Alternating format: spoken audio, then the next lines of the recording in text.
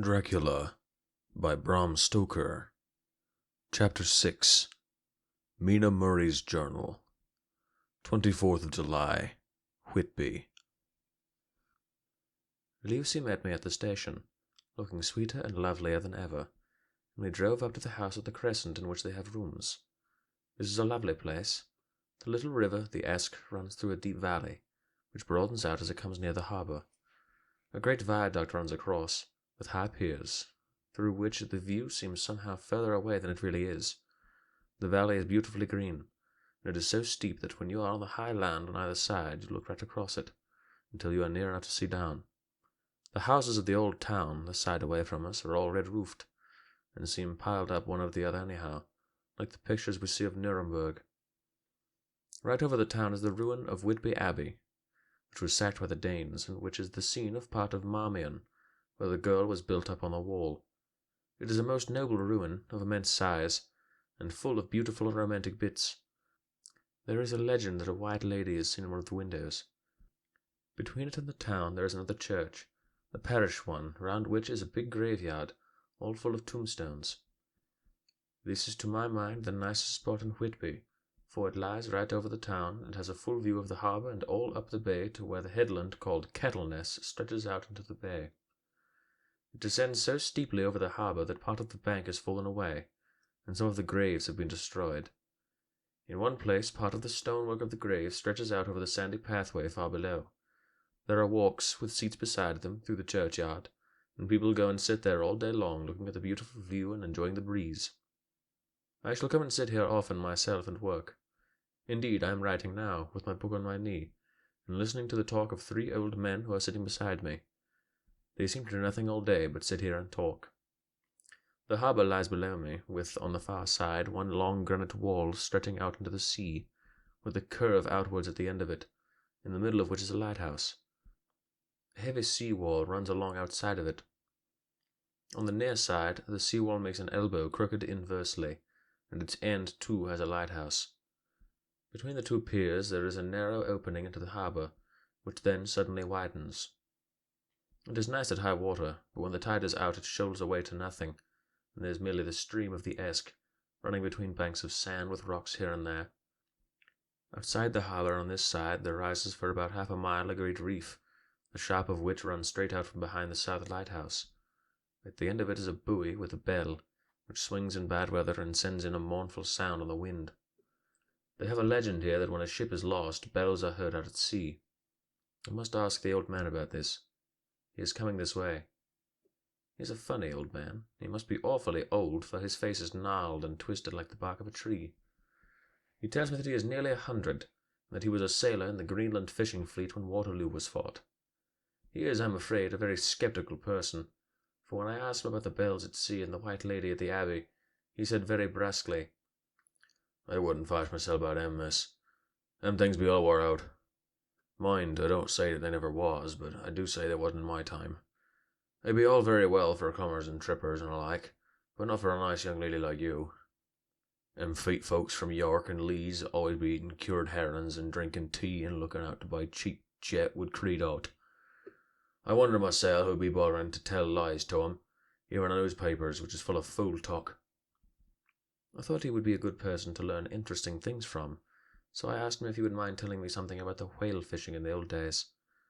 He was just settling himself to begin when the clock struck 6, whereupon he laboured to get up and said, "I must gang right home now, miss. My granddaughter doesn't like to be kept waiting when the tea's ready, for it takes me time to cram all up in the degrees.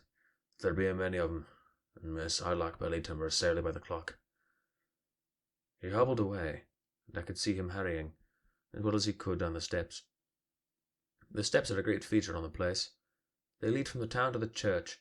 There are hundreds of them. I do not know how many, and they wind up in a delicate curve. The slope is so gentle that a horse could easily walk up and down them. I think they must have originally had something to do with the Abbey. I shall go home now. Lucy went out, visiting with her mother, and as they were only duty calls, I did not go. 1st of August. I came up here an hour ago with Lucy, and we had the most interesting talk with my old friend and the 2 others who always come and join him. He is evidently the Sir Oracle of them, and I should think must have been in his time a most dictatorial person. He will not admit anything, and Dan faces everybody. If you can't out-argue them, he bullies them, and then takes their silence for agreement with his views. Lucy was looking sweetly pretty in her white lawn frock. She's got a beautiful colour since she's been here. I noticed that the old men did not lose any time in coming and sitting near her when we sat down. She is so sweet with old people, I think they all fell in love with her on the spot. Even my old man succumbed and did not contradict her, but gave me double share instead. I got him on the subject of the legends, and he went off at once into a sort of sermon. I must try to remember and put it down. It'd be all fool talk, lock, stock, and barrel. That's what it be, and naught else. These bands and wafts and bow-ghosts and barghists and bogles and all anent them is only fit to set bairns and dizzy women a-bildrin. They be not but airblebs. They and all grims and signs and warnings be all invented by persons and ilsome birk bodies and railway touters to scare and scunner halflings, and to get folks to do something they don't bother inclined to. Makes me ireful to think of 'em. It's them that, not content with printing lies on paper and preaching 'em out of pulpits, does want to be cutting 'em on the tombstones. Look here all round you, and whate'er you will. All them stains, holding up their heads as well as they can on their pride, is a cant, simply tumbling down with the weight of the lies wrote on 'em. Here lies a body or sacred to the memory wrote on all of 'em, and yet nigh half out of 'em there bean't no bodies at all, and the memories of 'em bean't cared a pinch of snuff about, much less sacred. Lies, all of 'em, nothing but lies of one kind or another. My God, we'll be a queer scouterman at the day of judgment when they come tumbling up in their death sarks, all joked together and trying to drag their tombstones with 'em to prove how good they was, some of 'em trembling and dithering, their hands that dozen and slippery from lying in the sea that they can't even get their garp of 'em. I could see from the old fellow's self-satisfied air and the way in which he looked round for the approval of his cronies that he was showing off, so I put in a word to keep him going. "Oh, Mr. Swales, you can't be serious. Surely these tombstones are not all wrong." "Ablins! There may be a parish few not wrong, saving where they make out the people too good, for there be folk that do think a bomb bowl be like the sea, if only it be their own. The whole thing be only lies. And look you here. You come here a stranger, and you see this Kirkgarth." I nodded, for I thought it better to assent, though I did not quite understand his dialect. I knew it had something to do with the church. He went on. "And you can say the holy stones be a boon for be heaped here, snug and snug." I assented again. "And that be just where the lie comes in. Why, there be scores of these lay beds that be tomb as old Don's back-a-box on Friday night." He nudged one of his companions, and they all laughed.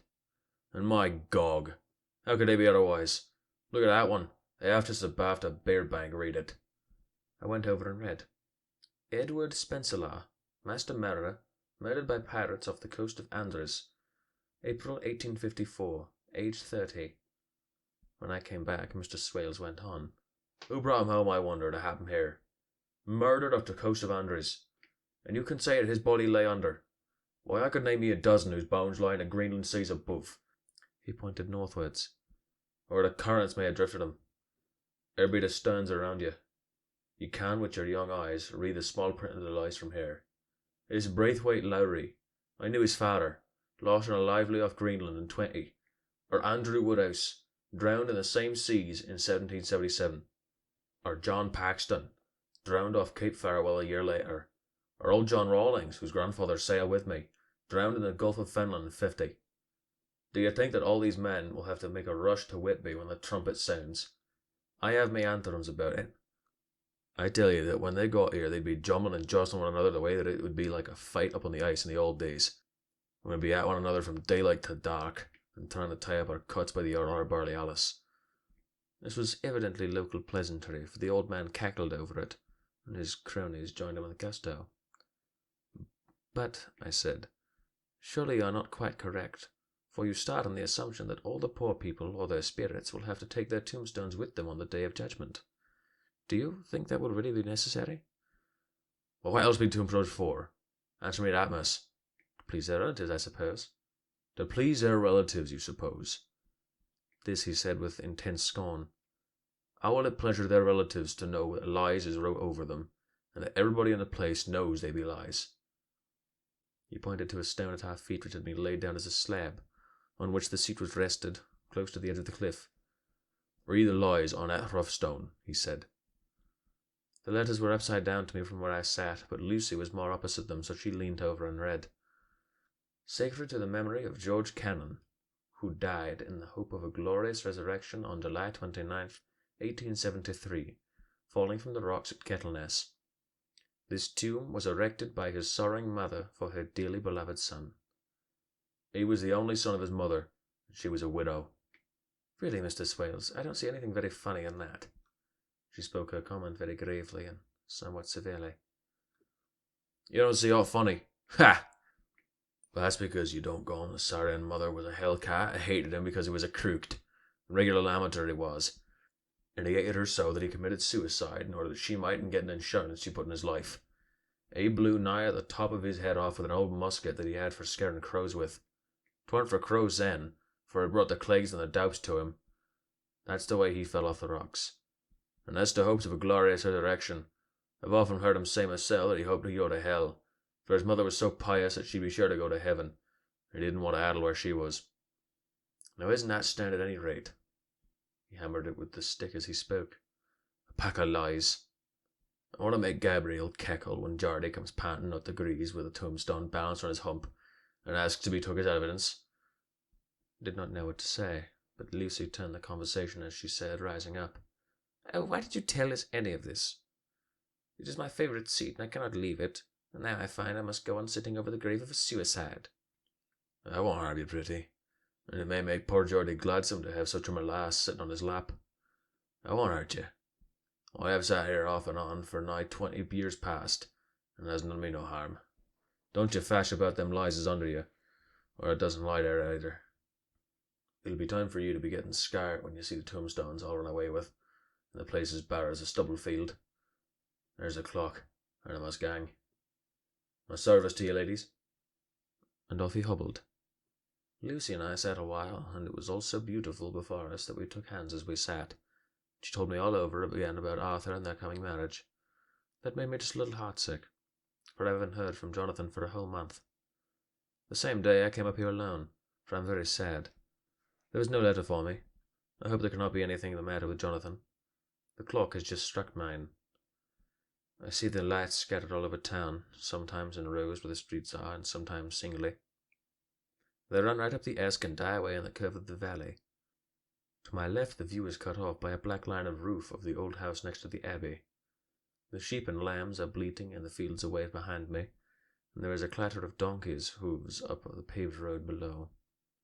The band on the pier is playing a harsh waltz in good time, and further along the quay there is a Salvation Army meeting in a back street. Neither of the bands hears the other, but up here I hear and see them both.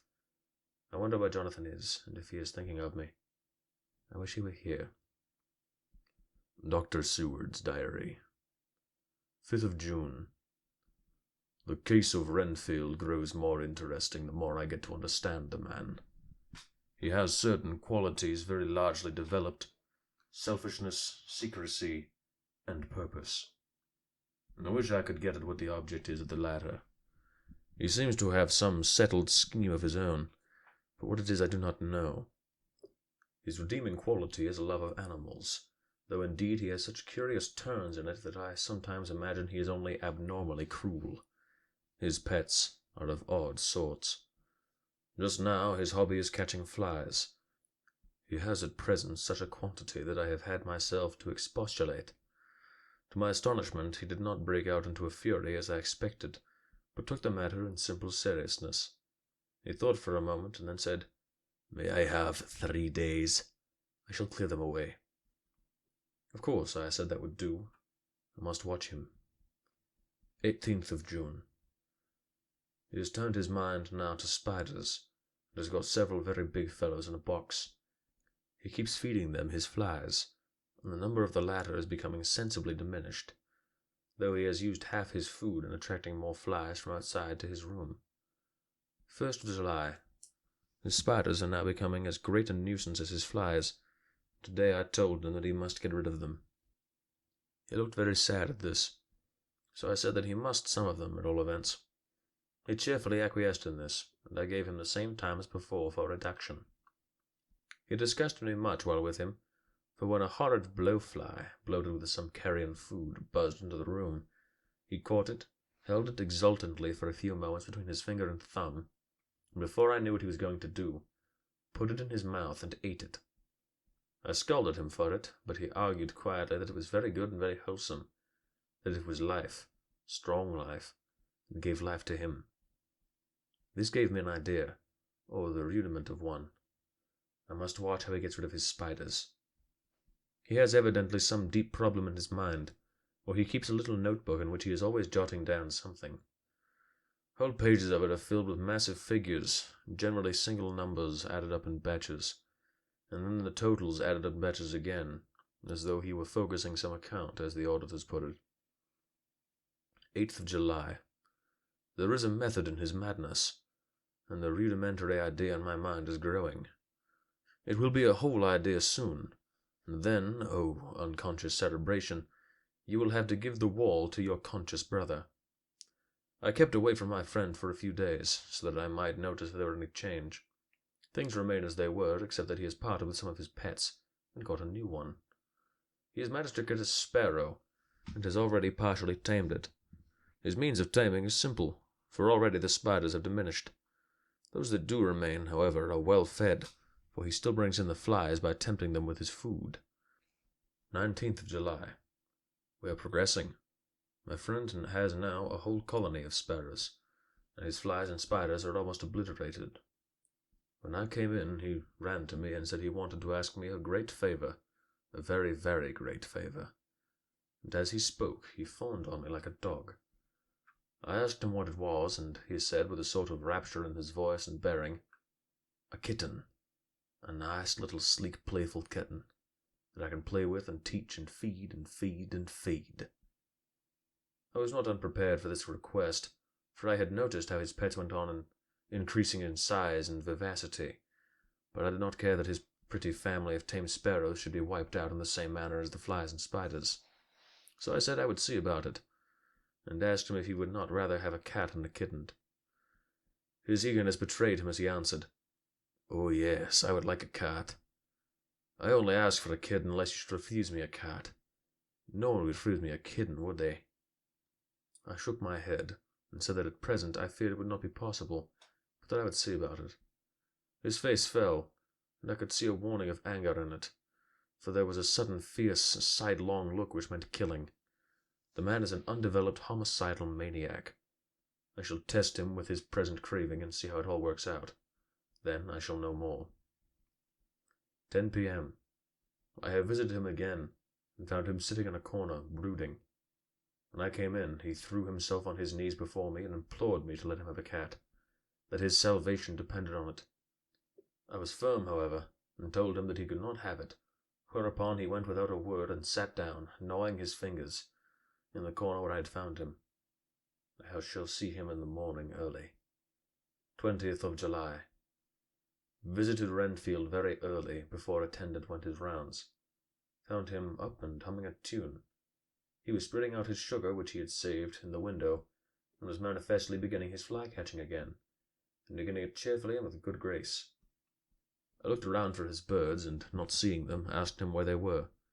He replied, without turning around, that they had all flown away. There were a few feathers about the room, and on his pillow a drop of blood. I said nothing, but went and told the keeper to report to me if there were anything odd about him during the day. 11 a.m. The attendant has just been to see me to say that Renfield has been very sick and has disgorged a whole lot of feathers. "My belief is, doctor," he said, "that he has eaten his birds, and that he just took and ate them raw." 11 p.m.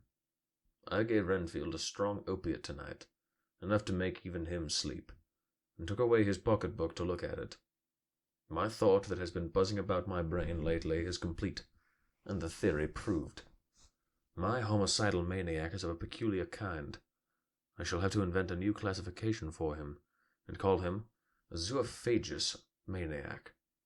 What he desires is to absorb as many lives as he can, and he has laid himself out to achieve it in a cumulative way.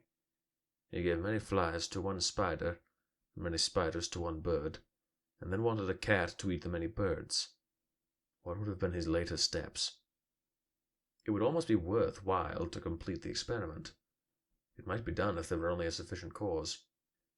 Men sneered at vivisection, and you look at its results today. Why not advance science in its most difficult and vital aspect, the knowledge of the brain? Had I even the secret of one such mind, did I hold the key to the fancy of even one lunatic, I might advance my own branch of science to a pitch compared with which Burton Sanderson's physiology or Ferrier's brain knowledge would be as nothing. If only there were a sufficient cause. I must not think too much of this, or I may be tempted.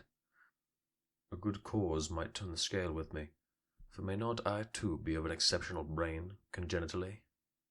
How well the man reasoned. Lunatics always do within their own scope. I wonder at how many lives he values a man, or if at only one. He has closed the account most accurately, and today begun a new record. How many of us begin a new record with each day of our lives? To me it seems only yesterday that my whole life ended with my new hope, and that I truly began a record. So it shall be until the great recorder sums me up and closes my ledger account with a balance to profit or loss. Oh, Lucy, Lucy, I cannot be angry with you, nor can I be angry with my friend, whose happiness is yours, but I must only wait on hopeless and work. Work and work. If I could have as strong a cause as my poor mad friend there, a good unselfish cause to make me work, that would be indeed happiness. Mina Murray's Journal, 26th of July. I am anxious, and it soothes me to express myself here. It is like whispering to oneself and listening at the same time. And there is also something about the shorthand symbols that makes it different from writing. I am unhappy about Lucy and about Jonathan. I had not heard from Jonathan for some time, and was very concerned, but yesterday dear Mr. Hawkins, who is always so kind, sent me a letter from him. I had written asking him if he had heard, and he said the enclosed had just been received. It is only a line dated from Castle Dracula, and says that he is just starting for home. I does not like Jonathan. I do not understand it, and it makes me uneasy. Then, too, Lucy, although she is so well, has lately taken to her old habit of walking in her sleep. Her mother has spoken to me about it, and we have decided that I am to lock the door of our room every night. Mrs. Westenra has got an idea that sleepwalkers always go out on roofs of houses and along the edges of cliffs, and then get suddenly wakened and fall over with a despairing cry that echoes all over the place. Poor dear, she is naturally anxious about Lucy, and she tells me that her husband, Lucy's father, had the same habit, that he would get up in the night and dress himself and go out if he were not stopped. Lucy is to be married in the autumn, and she is already planning out her dresses and how her house is to be arranged. I sympathize with her, for I do the same, only Jonathan and I will start in life with a very simple way, and shall have to try to make both ends meet. Mr. Helmwood, he is the Honourable Arthur Helmwood, only son of Lord Godalming, is coming up here very shortly, and soon as he can leave town, for his father is not very well, and I think dear Lucy is counting the moments till he comes. She wants to take him up in the seat on the churchyard cliff and show him the beauty of Whitby. I dare say it is the waiting which disturbs her. She'll be all right when he arrives. 27th of July. No news from Jonathan. I am getting quite uneasy about him, though why I should I do not know, but I do wish that he would write, if it were only a single line. Lucy walks more than ever, and each night I am awakened by her moving about the room. Fortunately the weather is so hot that she cannot get a cold, but still, the anxiety and the perpetually being awakened is beginning to tell on me, and I am getting nervous and wakeful myself. Thank God Lucy's health keeps up. Mr. Holmwood has been suddenly called to Ring to see his father, who has been taken seriously ill. Lucy frets at the postponement of seeing him, but it does not touch her looks. She is a trifle stouter, and her cheeks are a lovely rose pink. She has lost the anemic look which she had. I pray it will all last. 3rd of August. Another week gone by, and no news from Jonathan, not even to Mr. Hawkins, from whom I have heard, though I do hope he is not ill. He surely would have written. I look at that last letter of his, and somehow it does not satisfy me. It does not read like him, and yet it is his writing. There is no mistake of that. Lucy has not walked much in her sleep the last week, but there is an odd concentration about her which I do not understand. Even in her sleep she seems to be watching me. She tries the door, and finding it locked, goes about the room searching for the key. 6th of August. Another 3 days, and no news. This suspense is getting dreadful. If I only knew where to write, or where to go, I should feel easier. But no one has heard a word of Jonathan since that last letter. I must only pray God for patience. Lucy is more excitable than ever, but is otherwise well. Last night was very threatening, and the fishermen say that we are in for a storm. I must try to watch it and learn the weather signs. Today is a grey day, and the sun, as I write, is hidden in thick clouds, high over Kettleness. Everything is grey except the green grass, which seems like emerald amongst it. Grey earthy rocks, grey clouds, tinged with the sunburst at the far edge, hang over the grey sky, into which the sand points stretch like grey figures. The sea is tumbling in over the shallows, and the sandy flats with a roar, muffled in the sea mists drifting inland. The horizon is lost in a grey mist. All vastness, the clouds are piled up like giant rocks, and there is a brool over the seas that sounds like some passage of doom. Dark figures are on the beach here and there, sometimes half shrouded in the mist, and seem men like trees walking. The fishing boats are racing for home. The rise and dip in the ground swell as they sweep into the harbour, bending to the scuppers. Here comes old Mr. Swales. He is making straight for me, and I can see by the way he lifts his head that he wants to talk. I have been quite touched by the change in the poor old man. When he sat down beside me, he said in a very gentle way, "I want to say something to you, miss." I could see he was not at ease, so I took his poor old wrinkled hand in mine and asked him to speak fully. So he said, leaving his hand in mine, "I'm afraid, my dearie, that I must have shocked you by all the wicked things I've been saying about the dead and such like for weeks past. But I didn't mean 'em, and I want you to remember that when I'm gone. We old folks that be daffled, and with one foot above the croak hole, don't altogether like to think of it. We don't want to feel start of it, and that's why I've took to making light of it, so that I'd cheer up my own heart a bit. But Lord love you, miss, I ain't afraid of dying, not a bit. Only I don't want to die if I can help it. My time must be nigh at hand now, for I be odd, and 100 years is too much for any man to expect. And I'm so nigh it, a odd man is already right in his sight. You see, I can't get out of the habit of coughing about it all at once.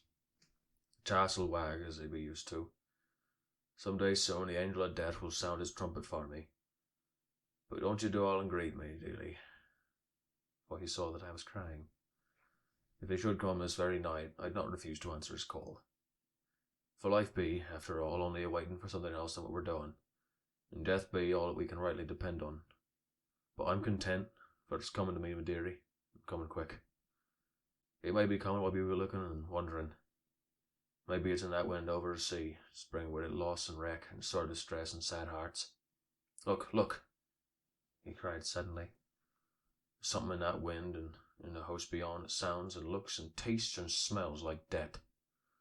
It's in the air. I feel it coming. Lord, make me answer cheerful when my call comes." He held up his arms devoutly and raised his hat. His mouth moved as though he were praying. After a few minutes' silence, he got up, shook hands with me, and blessed me, and said good-bye, and hobbled off. It all touched me, and upset me very much. I was glad when the coast guard came along, with his spyglass under his arm. He stopped to talk with me, as he always does, but all the time kept looking at a strange ship. "I can't make her out," he said. "She's a Russian, by the look of her. She's knocking about in the queerest way. She doesn't know her mind a bit. She seems to see the storm coming, but can't decide whether to run up north in the open, or to put in here. Look at her again.